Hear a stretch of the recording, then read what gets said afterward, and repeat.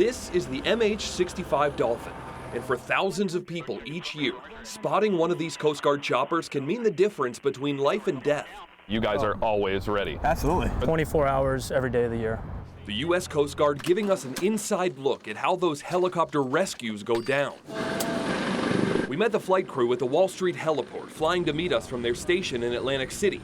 This is the standard setup: 2 pilots in the front, a flight mechanic, and a rescue swimmer in the back.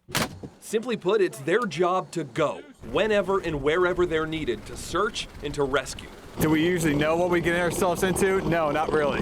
We have a general idea, but we try to be flexible in our plan and know that everything can change.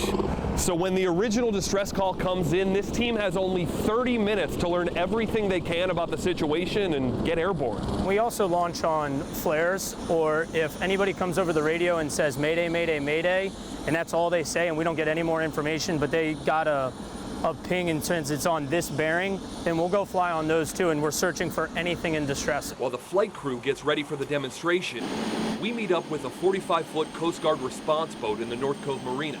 From there, it's out past the Statue of Liberty, under the Verrazano Bridge, finally settling in Gravesend Bay.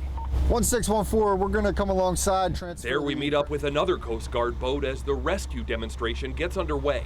So right now the chopper is right in line with the boat. You can see the basket coming down. They're simulating this rescue to be able to drop down and get whoever's on board. I've been counting the pilots into position, and because pilots won't necessarily be able to see the boat or the person once we get over top of them, so everything's going off of my commands. Even in practice, a Coast Guard helicopter rescue feels high stakes.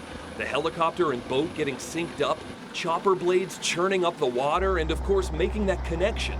On the boat, that yellow stick, a first line of defense. The helicopter generates a static charge.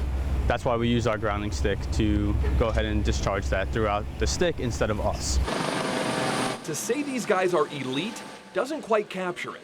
At the end of his aviation survival technician training, Petty Officer 3rd Class Robert Baird was one of only 5 that graduated, out of a class that started with 25.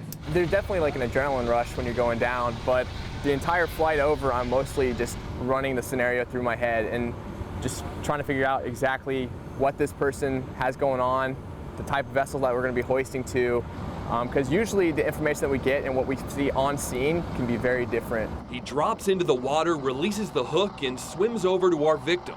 And with water temperatures that can sometimes dip into the upper 30s in winter, that bright orange dry suit is the only thing keeping him safe. Do they really keep you dry? Oh yeah, yeah. Is it warm? I go in, yeah, plenty warm. I go in all the time. I kind of don't believe that. I feel like you're in this freezing water and it's not cold at all? Well, I mean, it's a little bit cold, but once you, I'm staying moving the whole time. All right, get them up in the cabin.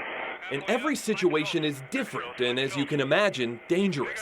That's why training is constant. There's definitely an adrenaline rush, but we train and train and train. Everybody wants to make each other better. So we openly talk about our mistakes to each other, pilot to pilot, to make sure that if I make a mistake and I tell him about it, if he sees the same thing in the helicopter, he won't make the same mistake. You're coming to work every day and your lives are at risk to save other people's lives. Does that weigh on you every time you leave home? Is that something you think about, or is it not really on your mind? You kind of get used to it, and then you kind of really want those wake-up calls every once in a while to realize how dangerous it is. Otherwise, you're going to get complacent. Right. The second you start getting complacent in a job like this is when you're going to get yourself in trouble. With the Coast Guard in New York Harbor, I'm Joe TOOHEY, Fox 5 News.